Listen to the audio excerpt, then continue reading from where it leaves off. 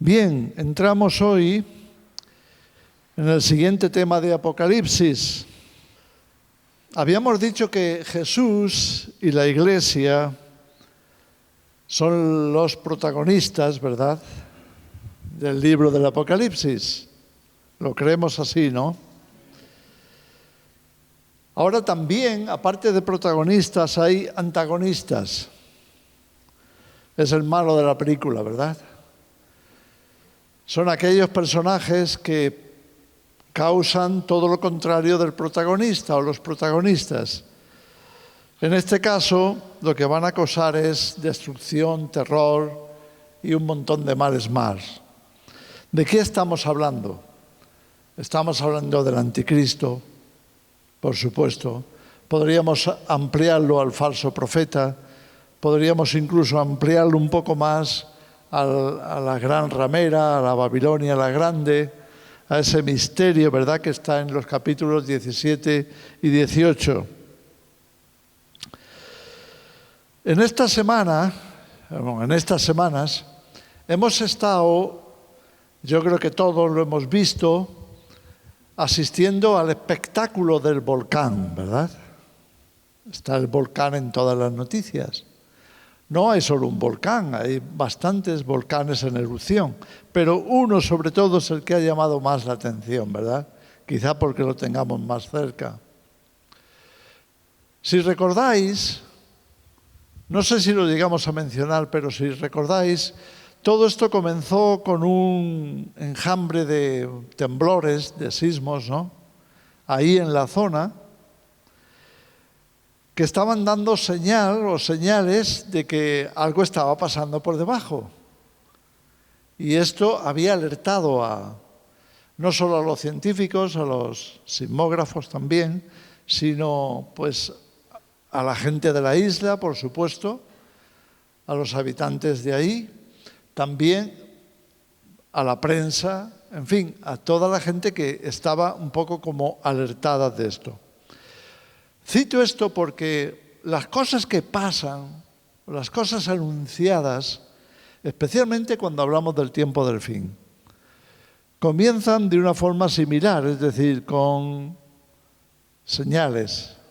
Por eso es que tenemos que estar atentos a las señales de los tiempos, porque cuando hay señales significa que algo se está moviendo, algo está a punto de pasar. Es nuestro deber como cristianos prestarles atención. Tenemos que estar atentos a las señales de los tiempos. Lo que hemos visto a través de, como digo, de esta erupción, es muy significativo también sobre el tiempo del fin. Y lo voy a poner en relación con el anticristo. Lo que hemos visto ha sido una explosión de lava, de magma, ¿verdad?, que sale del interior de la tierra. Es algo así como una explosión que se vuelca sobre la superficie y comienza a destruir. Y todos hemos sido, de alguna forma, espectadores de esa destrucción. Y efectivamente arrasa todo lo que encuentra a su paso, casas, campos, lo que sea, plantaciones, lo que haya por medio. Hasta una iglesia vimos cómo era derribada o tragada por esa lava, ¿no? Entonces, de alguna forma podemos ver que lo que se está moviendo y por qué somos advertidos es porque hay poderes, vamos a llamarle así, poderes del inframundo, infraterrestres, que están moviéndose para salir a la superficie. Cuando miramos en Apocalipsis las bestias, especialmente la segunda bestia de Apocalipsis 13, dice: vi subir de la tierra otra bestia. Una salía del mar, otra salía de la tierra. Pero cuando surgen estas bestias, como el anticristo, surgen con un poder destructivo. Sabemos que no es la montaña o no es la boca del volcán, es algo mucho más profundo. Es algo que viene de su interior, del interior de la tierra, y que encuentra la forma de salir. De alguna forma es como si se hubiera destapado o destaponado. Y esto es lo que nos están diciendo las señales de los tiempos, que va a llegar un momento en que se destapa. Y cuando se destape, ya no se podrá contener el poder del enemigo que va a salir para destruir. Esto simboliza o simplifica o nos ayuda a ver lo que es el tiempo del fin. Las señales de las que habla Jesús, de las que hablamos o vemos a lo largo de las profecías, apuntan en esa dirección. Llega el día de la erupción. Primero habrá temblores, habrá señales, pero llegará un momento en que ya no se puede contener. Es como el parto. Por tanto, atentos a los dolores anunciados. Bien, estábamos diciendo que el anticristo podría considerarse el antagonista de Apocalipsis. Es el personaje menos deseado. Así como Jesús es el Mesías, el deseado de las naciones, así como Jesús es el principio y el fin, la estrella de la mañana, todo lo que se dice sobre Jesús es poco, porque Él en realidad es Dios hecho hombre. Y eso es muy difícil de abarcar. El anticristo, sin embargo, es un hombre, pero es un hombre también respaldado por una fuerza. De la misma manera que Jesús viene con el poder de Dios a desplegar ante los ojos, la gloria, la magnificencia, la sabiduría, el poder de Dios. De la misma manera que Jesús viene a cumplir el propósito de Dios, el anticristo aparece en la historia precisamente para todo lo contrario. Es decir, está respaldado por un poder que es superior a él mismo, que es Satanás. Es quien le va a dar la fuerza, el impulso, la energía destructiva, de manera que él cumpla ese propósito, el propósito destructor de Satanás. Lo que vamos a ver hoy acerca del anticristo no nos va a sonar a nuevo, porque todos lo hemos leído muchas veces, no solamente en Apocalipsis, sino en muchos otros profetas y lugares de la Escritura. Cuando hablamos del anticristo, estamos hablando de un personaje. Algunos, después de estudiar las profecías, dicen, me suena más que el anticristo sea un sistema, que no sea solo una persona que está en operación para causar toda esa destrucción, todos esos males, sino que es un sistema que se levanta en la tierra como esa bestia. Cuando vamos a Apocalipsis 13, empieza así, ¿verdad? El versículo 1 y 2, cuando ve que sale del mar una bestia que tiene 7 cabezas, 10 cuernos, nombres blasfemos, tiene una serie de símbolos que la representan. Y nosotros lo identificamos con el anticristo. Esa bestia o primera bestia es el anticristo. Pero cuando lo analizamos, suena más a un sistema. ¿Qué es? ¿Una persona o un sistema? Bueno, es las dos cosas. Por eso cuando la primera vez que se habla en el Nuevo Testamento acerca del anticristo, con esa palabra anticristo, es el apóstol Juan, que es el mismo que recibió las revelaciones de Apocalipsis. Y en 1 Juan 2, por ejemplo, el versículo 22, nos habla de eso, nos habla de que hay alguien con un tremendo poder engañoso que niega a Cristo, que niega a Dios, niega al Padre y al Hijo, a través de sus mentiras, de sus engaños, como vamos a ver también después, pero a la raíz, yendo a la raíz, lo que le confiere el carácter de anticristo comienza ahí, por la negación de Dios, la negación de Jesús. No solamente se va a oponer a Dios, se va a oponer a Jesús, es el que lo niega. Lo mismo ocurre cuando leemos 1 de Juan 4:3, al decir que el que no confiesa que Jesús ha venido en carne, ese es el anticristo.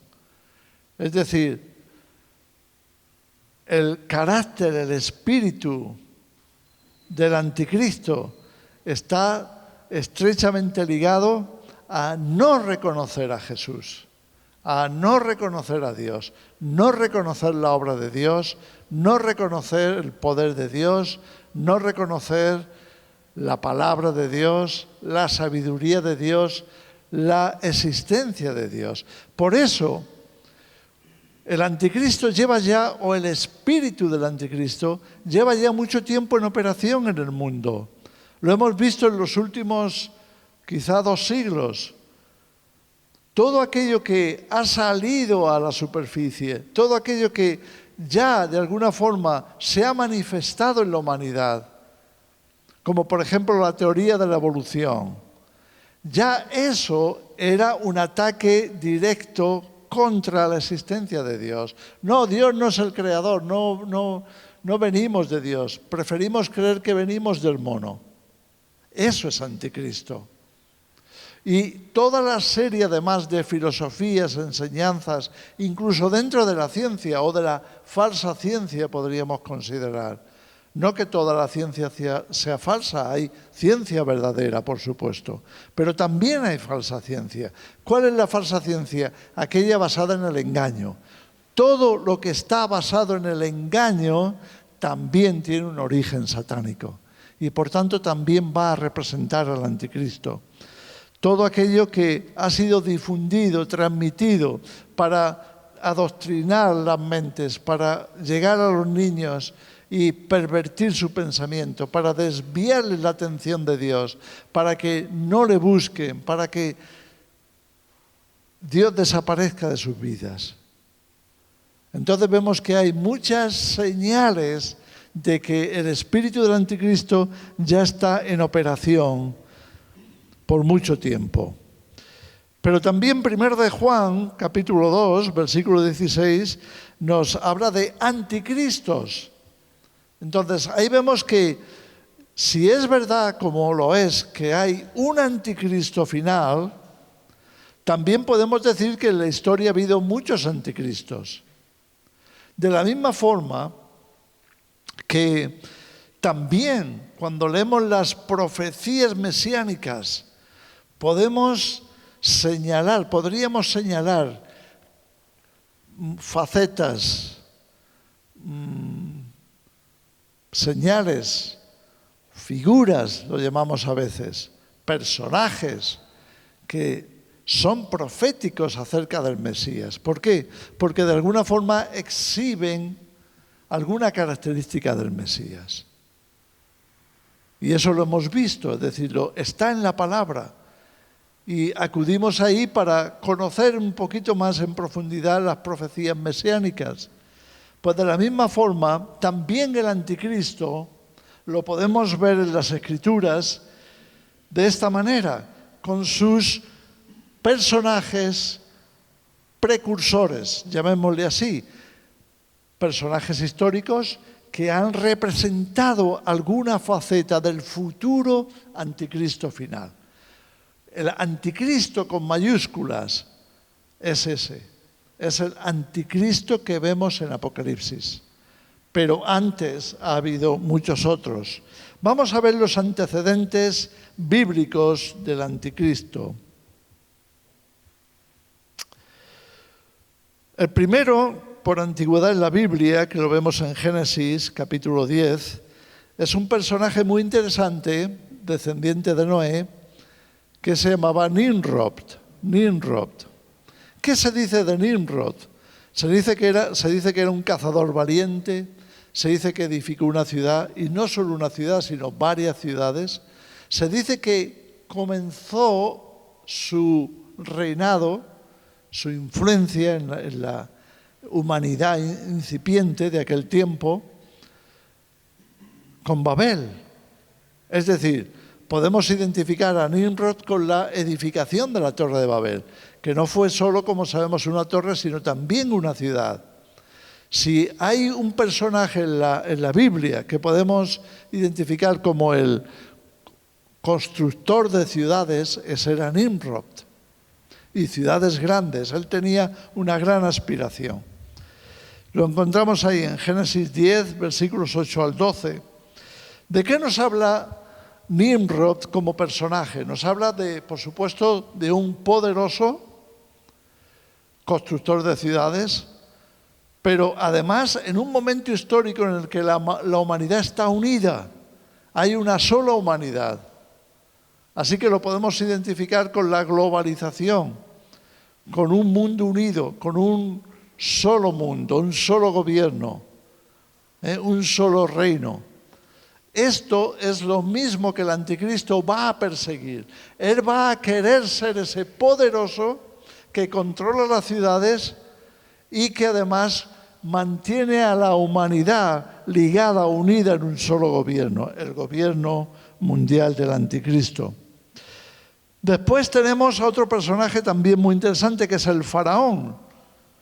Lo vemos en el libro del Éxodo, claro, Éxodo 1. ¿Y qué nos dice del faraón? Bueno, primero nos dice que llegó un día en que el faraón, o salió un faraón que no conocía a José. Y ahí empieza la historia de la esclavitud de Israel. Ahora, antes de llegar a la esclavitud, es importante notar esos apuntes de lo que nos habla en Éxodo capítulo 1. Lo primero que hizo el faraón no fue esclavizar al pueblo de Israel, lo primero que hizo fue agobiarles con impuestos. Una de las formas de imposición, ya que el faraón representa la tiranía, es decir, el poder absoluto en una persona. Eso es la tiranía. Poder absoluto en una persona que ordena, controla, lo va a hacer todo. Desarrolla un aparato que le dé a él el poder absoluto. Ese era el faraón. Y entonces va a empezar a infligir castigo, agobio, persecución a Israel, comenzando con los tributos, los impuestos. Después va a dar otro paso adelante hasta llegar a la esclavitud. Pero antes de llegar a la esclavitud va a pasar por el exterminio. ¿Cómo? Ordenando a las parteras egipcias que ahoguen a los niños, a los varones que nazcan de Israel. Es un precursor del aborto. Sin duda el aborto es maquinación del anticristo, del espíritu del anticristo. Y el anticristo final lo podemos identificar perfectamente con estos puntos. No solamente será un poder dictatorial, tiránico, que va a subir impuestos más y más agobiando a la población, sino que además es un exterminador. Exterminará a niños, exterminará a todo el mundo, a todo el que pueda. Él es el exterminador. Y al final acaba con la esclavitud. El que no muera quedará de esclavo. El que sobreviva será para la esclavitud. Esto es lo que descubrimos en el faraón. Luego tenemos más adelante, muchos siglos después, al personaje de Nabucodonosor. ¿Quién era Nabucodonosor? Sabemos que era el emperador de Babilonia. ¿Y qué influencia tuvo él en Israel? Bueno, sabemos que él fue el deportador de Judá. Él fue el que invadió no solo Judá, sino Jerusalén, y deportó a la gente en lo que conocemos como eso, el exilio, ¿no? ¿Pero qué representa él? Bueno, en Daniel 3 y en Daniel 4 encontramos las características anticristo en Nabucodonosor. Primero porque erige una estatua, ¿verdad? Todos conocemos ese pasaje, erige una estatua inmensa de oro que hace que sea adorada, que todo el mundo la adore. Ya conocemos la historia, ¿verdad?, cómo Sadrach, Mesach y Abednego se negaron. Pero eso tiene una enorme similitud con el anticristo, porque también el falso profeta engañará a las naciones para que le construyan una imagen al anticristo. Y esa imagen tendrá que ser adorada por ley, como en este caso, en el caso de Nabucodonosor, impuesto a todo el mundo. E incluso hará matar, como hizo Nabucodonosor, a todo el que no la adorase, a todo el que no la adore. Lo leemos en Apocalipsis 13. Así que ahí tenemos una característica más en un antecesor, predecesor, en este caso, del anticristo, el emperador Nabucodonosor. Luego en el capítulo 4, ¿qué vemos? Vemos la locura, es el capítulo de la locura de Nabucodonosor. Se trata de la humillación de Nabucodonosor. Pero es curioso que Nabucodonosor, siendo un hombre, se vuelve una bestia. Y además por 7 años. Son cifras, características que nos recuerdan al futuro anticristo. También será una bestia, se le llamará la bestia. Y también estará ejerciendo su poder y su influencia alrededor de 7 años. Es decir, aunque como anticristo quizás solo opere en la última parte, los 3 años y medio últimos, pero lo vemos en conexión ya con su influencia durante 7 años. Luego, finalmente, encontramos al príncipe de Tiro. Esto está en Ezequiel 28. No sé si lo recordaréis, pero hay una sentencia que Dios da por medio del profeta al príncipe de Tiro. Y ahora cuando describe, porque lo va describiendo en ese relato, ¿qué hace el príncipe de Tiro? ¿Cuál es su maldad, digamos? ¿Cuáles son sus estrategias? Y entonces ahí nos va a revelar algunas cosas que también podemos identificar con el anticristo. Nos habla de endiosamiento, cómo él se enaltece. Se enaltece también por sus riquezas, por su capacidad. Se enaltece porque es sabio, porque conoce los secretos, porque ahí incluso le dice, eres más sabio que Daniel. Le dice el profeta al príncipe de Tiro, o Dios a través del profeta. Entonces es alguien entendido en secretos y es alguien que es capaz de amasar, de hacer grandes riquezas. Esto estaba en el príncipe de Tiro. Y todo eso repercutió en que él llegó a endiosarse, hasta el punto de considerarse Dios, de ponerse como Dios.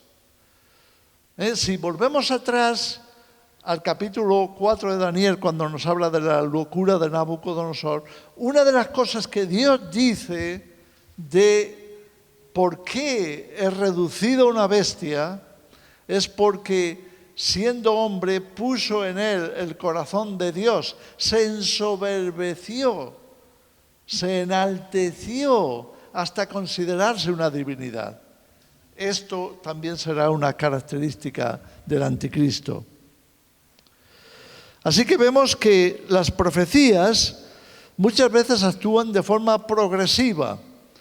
Los distintos personajes en las Escrituras que nos hablaban del Mesías nos van revelando al Mesías final, nos van aportando visiones, ideas, características de ese Mesías esperado. ¿A quién esperamos? Esperamos a alguien que tenga la obediencia de Noé, que tenga el valor de David.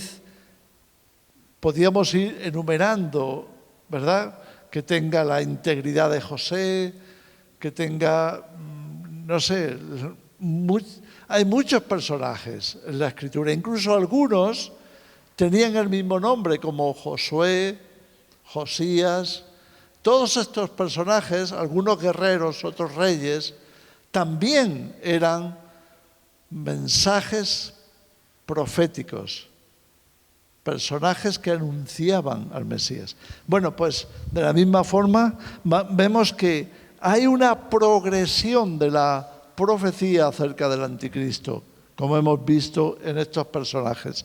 Ahora bien, podríamos ya no solamente analizar personajes, sino cosas que han pasado, gobiernos que han surgido por el mundo.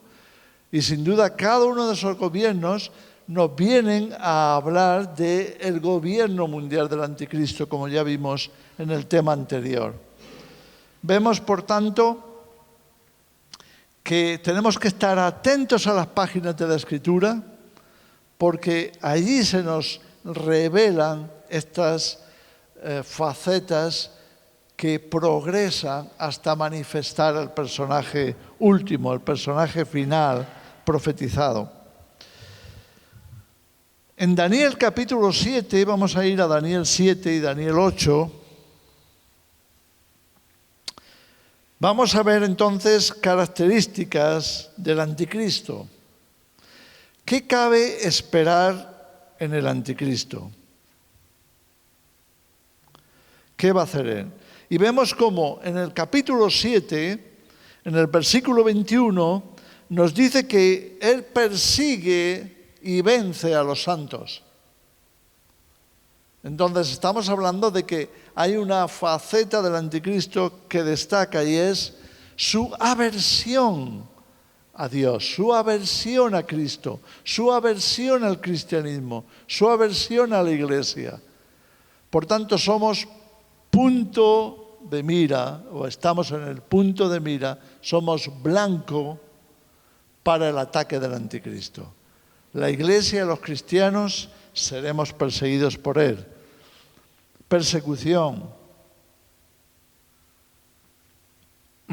Vamos al versículo 25, si lo tenéis abierto, Daniel 7, y dice así: y hablará palabras contra el Altísimo, y a los santos del Altísimo quebrantará, y pensará en cambiar los tiempos y la ley, y serán entregados en su mano hasta tiempo y tiempos y medio tiempo.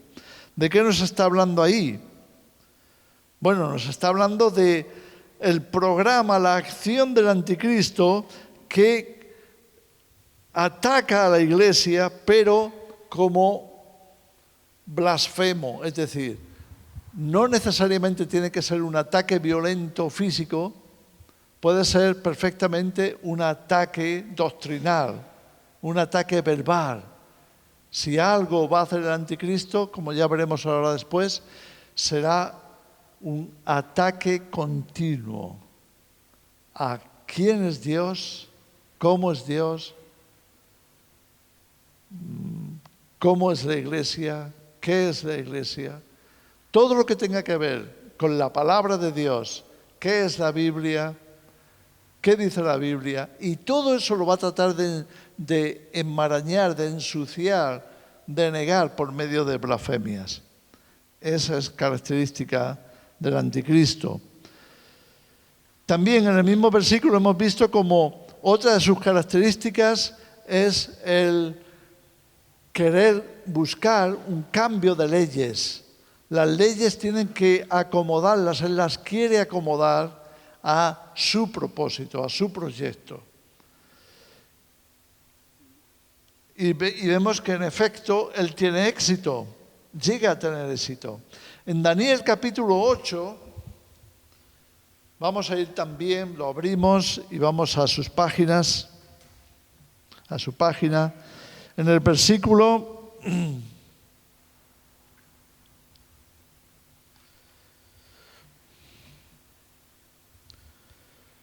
versículo 9, leemos: y de uno de ellos salió un cuerno pequeño, ahí está el cuerno pequeño de Daniel 8, que representa al anticristo, que creció mucho al sur, al oriente y hacia la tierra gloriosa. Y vemos en ello una característica muy interesante del anticristo, que es su deseo expansivo.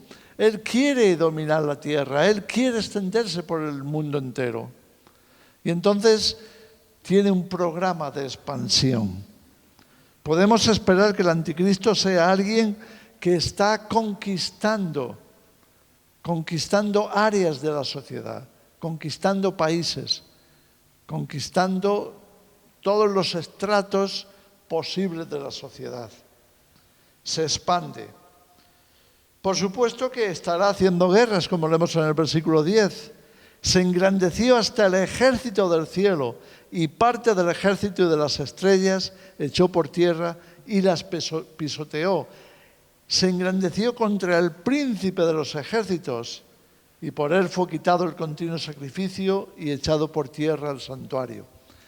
Nos está hablando de que él tiene una faceta de violencia importante, de guerrero, de destruir, de avanzar sin importar quién esté de por medio.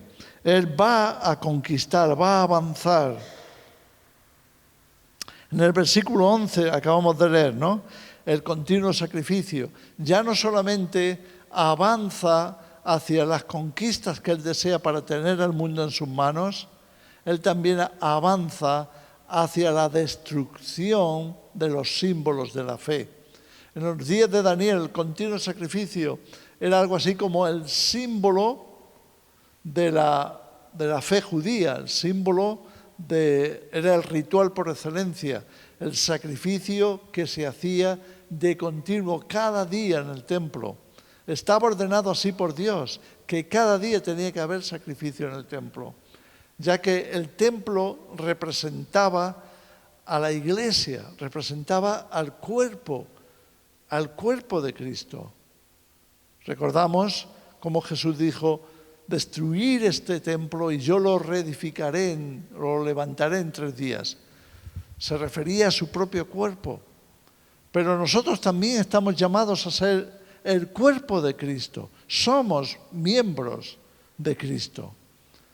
Entonces, aquí nos está hablando de que el anticristo apunta al continuo sacrificio como clave del templo, como clave de la fe bíblica.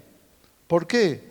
Porque la única forma de mantener una adoración continua, genuina a Dios, es por medio del sacrificio del ego, sacrificio personal. Él apunta ahí, porque él trata de arrancar del corazón de la iglesia todo aquello que le haga tener sentido, ser representante. Así que cuando hablamos de que el Satanás, el anticristo, está atacando a la iglesia, no solamente tenemos que verlo como que hay persecución, que mete a la gente en la cárcel o que cierra las iglesias. Hay algo más profundo detrás. ¿Qué está pasando? Es que el anticristo también opera en la iglesia para arrancarle el continuo sacrificio. Es decir, volver a la iglesia inútil, acomodada, distraída, que ya no se niega a sí misma, ya no muere a sí misma, ya no se sacrifica, ya no hay un continuo sacrificio. Por tanto, eso también es obra del anticristo. Él apunta ahí, porque él es el que va en contra del continuo sacrificio. También en el versículo 12 dice: y a causa de la prevaricación le fue entregado el ejército junto con el continuo sacrificio, y echó por tierra la verdad e hizo cuanto quiso y prosperó. Y ahí tenemos también cómo el anticristo, siendo un fiel representante de Satanás, aborrece la verdad. Todo lo que va a hacer, lo va a hacer con engaño. Todo lo que pretende, lo pretende de una forma mentirosa, embustera, tramposa. Él no es limpio, él no es claro. Él engaña a la humanidad. Y él hace todo lo posible por apartar a la humanidad de su origen divino. Por tanto, va a engañarla de manera que sea derrotada ahí, en que la creación de Dios se vaya diluyendo, de la misma forma que ingresó el pecado en el mundo a través de la desobediencia, de la tentación y de la desobediencia. ¿Para qué? Para separar al ser humano de Dios. No solamente quiere separar al ser humano de Dios. El anticristo va a pretender o está pretendiendo quitar del ser humano la imagen divina, destruir al ser humano por dentro, arrancarle su divinidad, quizá así con él, trastocando la naturaleza humana, empujando el transhumanismo, haciendo que el ser humano se vaya volviendo más y más máquina, se vaya volviendo otra cosa, vaya adquiriendo otra naturaleza. Eso es obra del anticristo.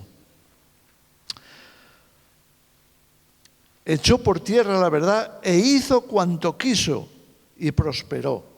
Estamos hablando de alguien que tiene una acción continua hacia conquistar y apoderarse. Es su naturaleza. Está contra la verdad y además vamos a ver en el versículo 23 algo también muy significativo del anticristo. Dice, y al fin del reinado de estos, de los predecesores, cuando los transgresores lleguen al colmo, se levantará un rey, aquí tenemos un título del anticristo, un rey altivo de rostro y entendido en enigmas. Un rey altivo de rostro, soberbio, muy listo, muy entendido en cosas que los demás no saben, cosas ocultas, ya sean del mismo ocultismo o ya sean de otro orden, pero él sabe cosas que no revela, él sabe cosas que se las guarda para beneficiarse de ello.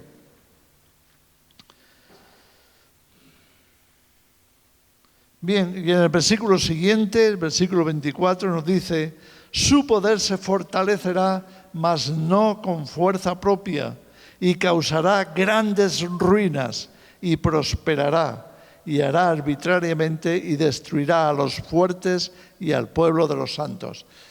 Volvemos a donde estábamos, al volcán. Una vez que él hace la erupción, una vez que él sale a la superficie, sale de debajo con el poder del infierno que le impulsa hacia afuera. Una vez que él está ahí, ya no hay vuelta atrás. Es el destructor. A partir de ese momento, cualquier cosa que él haga, todos sus propósitos, todo su plan, toda su agenda es destructiva.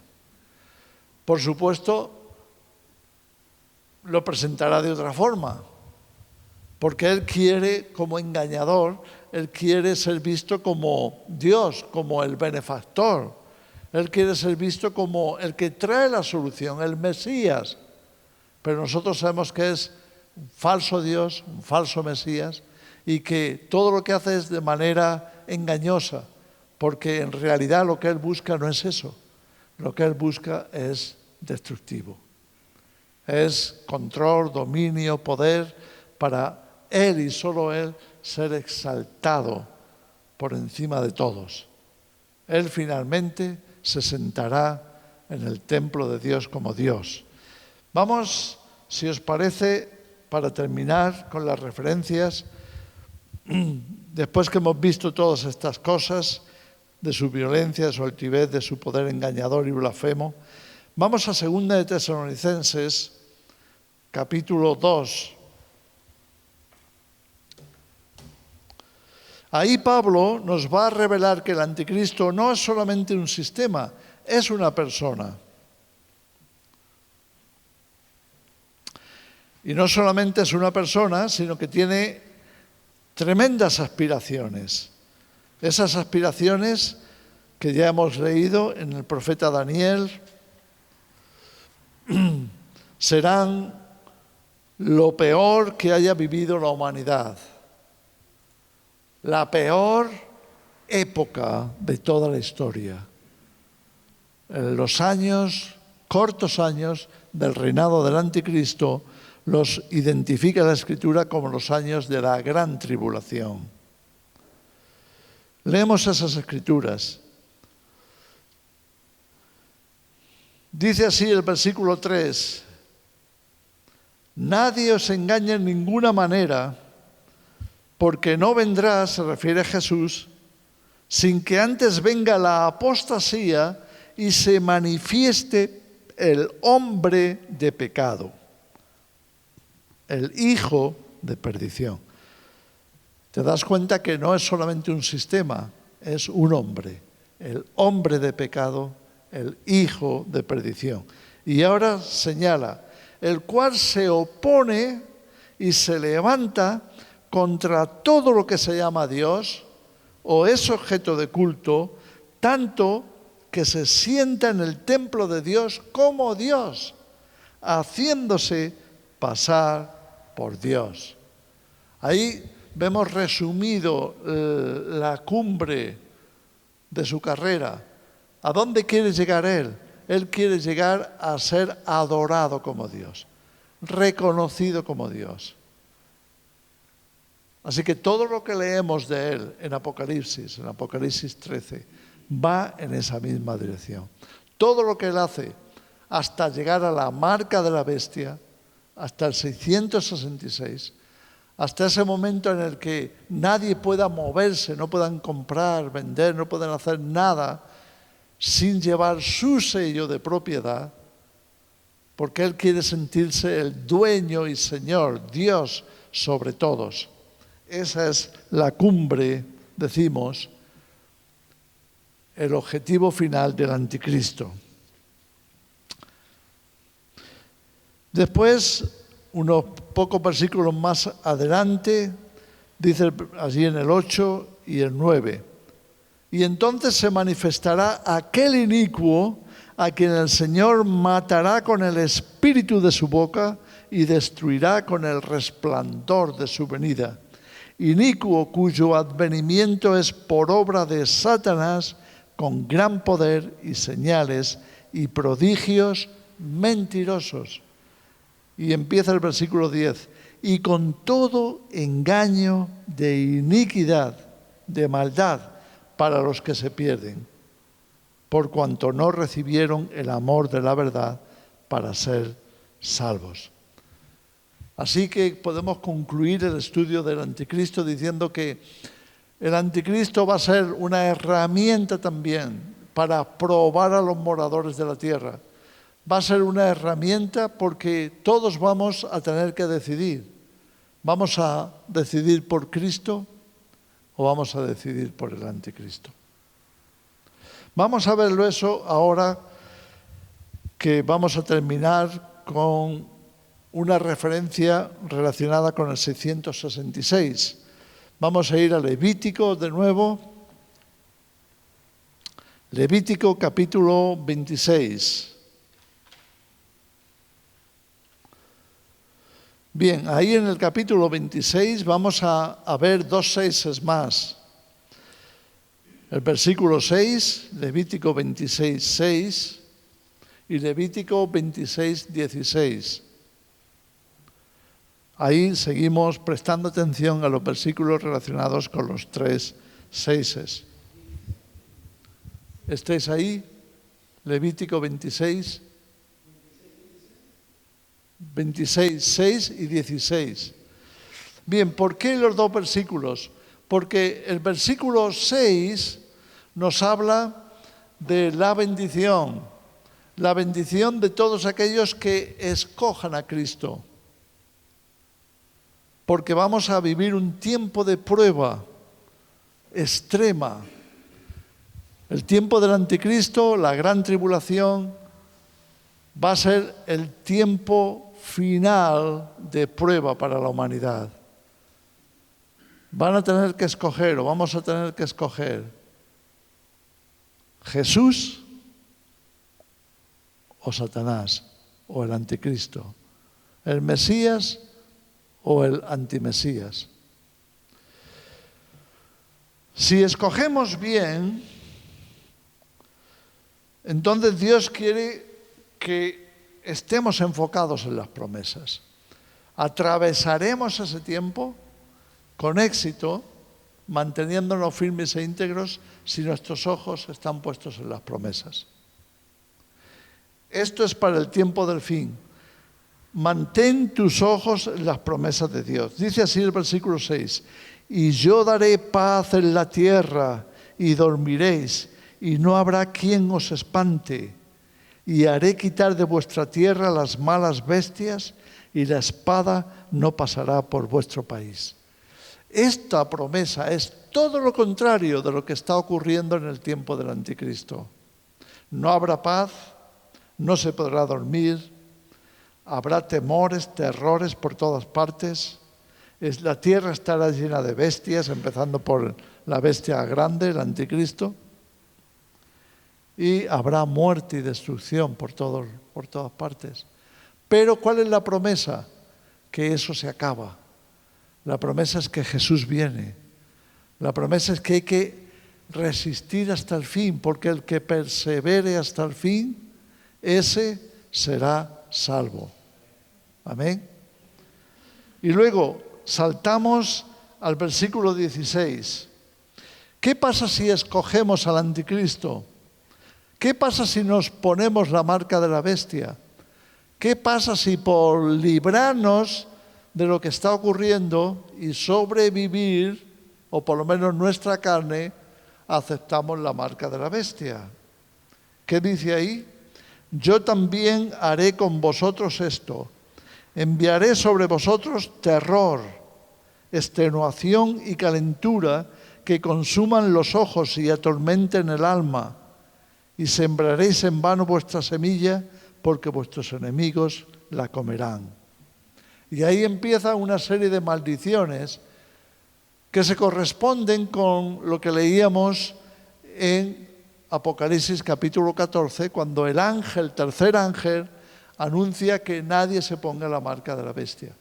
Y entonces dice, porque, y da también la maldición, beberá del cáliz, de la copa de la ira, y será atormentado junto con Satanás, con el falso profeta.